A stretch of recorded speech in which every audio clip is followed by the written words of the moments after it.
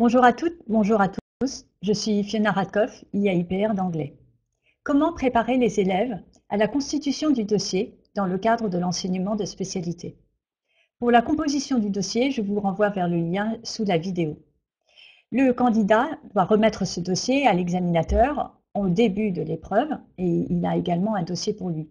Le dossier est composé de 4 à 6 documents textuels et ou iconographiques étudiés ou non en classe, en lien avec une ou plusieurs thématiques du cycle terminal.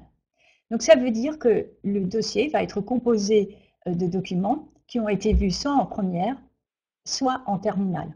Il y a 4 ou 6 documents et le candidat il doit justifier ses choix et expliquer la logique interne.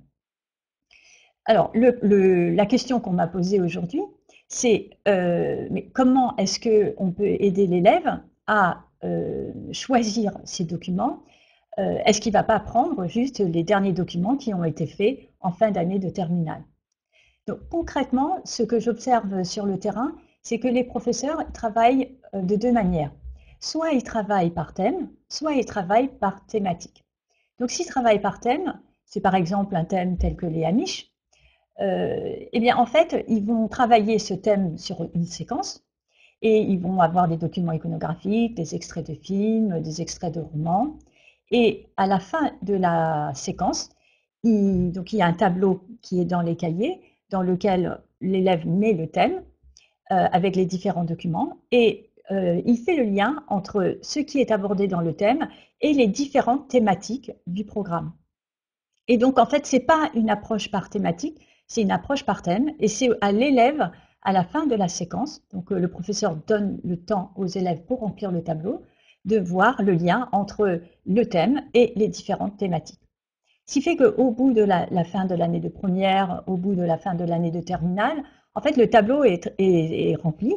Et pour chaque thématique, en fait, l'élève a plusieurs documents par rapport aux différents thèmes. Alors, il peut y avoir une thématique dans laquelle il n'y a aucun document présent dans un thème.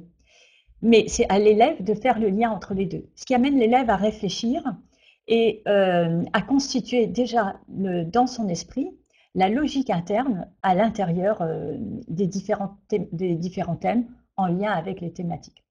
Ça, c'est une manière de procéder. Ce n'est pas nécessairement la manière dont il faut procéder.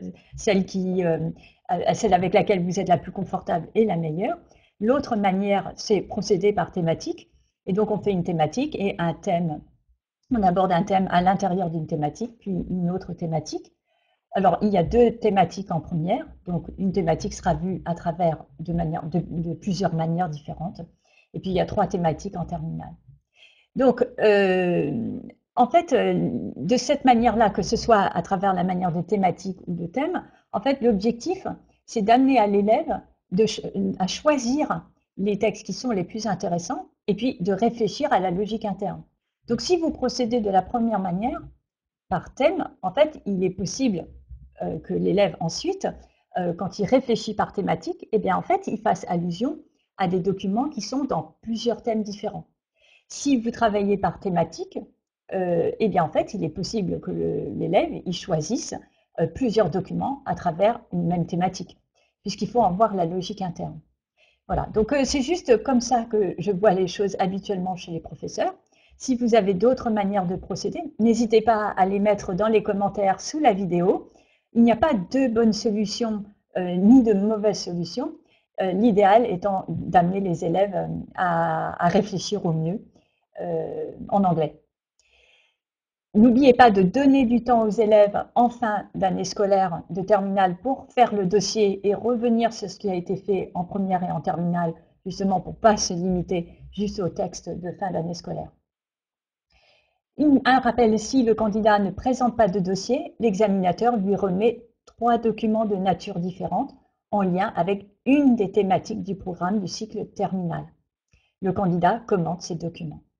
Vous trouverez sous cette vidéo les liens vers tous les documents en lien avec l'enseignement des spécialités en première et en terminale.